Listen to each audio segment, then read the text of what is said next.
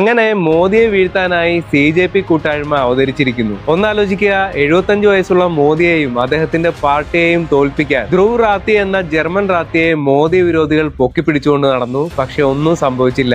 അതേപോലെ കേജ്രിവാൾ ചൂലുമായി കുറെ നാൾ വിലസി. അവസാനം ജനം അതേ ചൂലെടുത്ത് AAPയെ തല്ലി ഓടിച്ചു. ശേഷം രാജ്യം കൊള്ളയടിച്ച് നശിപ്പിച്ച കുടുംബ പാർട്ടികളെല്ലാം കൂടി ഒന്നിച്ച് ഇന്ത്യ മുന്നണി ഉണ്ടാക്കി. എന്നാൽ മോദി മൂന്നാമതും PM ആയി എന്ന് മാത്രമല്ല, ഇന്ത്യ മുന്നണി പൊട്ടി തകരുകയും ചെയ്തു. ഇപ്പോൾ അവസാന അടവായി കോക്രോച്ച് ജനതാ പാർട്ടിയായി അവർ അവതരിച്ചിരിക്കുകയാണ്. എന്നാൽ രണ്ടിന്റെ അന്ന് ജനം തിരിച്ചറിഞ്ഞു ഇതിന് പിന്നിൽ കേജ്മാമന്റെ വളർത്തുമക്കളാണെന്ന്. സത്യത്തിൽ CJP മൂലം പണി കിട്ടാൻ പോകുന്നത് ഭാവി പ്രധാനമന്ത്രിയാകാൻ കുപ്പായം തുന്നിയിരിക്കുന്ന രാഹുൽജിക്കും പ്രതിപക്ഷത്തിനും മാത്രമാണ്. കാരണം മോദിയെ തളയ്ക്കാൻ പരാജയപ്പെട്ട പ്രതിപക്ഷത്തിന് പകരമായാണ് പലരും CJPയെ സപ്പോർട്ട് ചെയ്യുന്നത്. അതായത് കൂറകളെ സപ്പോർട്ട് ചെയ്തത് മൂലം പ്രതിപക്ഷം സ്വന്തം കുണ്ടിക്ക് തന്നെയാണ് വെടിവെച്ചിരിക്കുന്നതെന്ന് വഴിയെ മനസ്സിലാകും.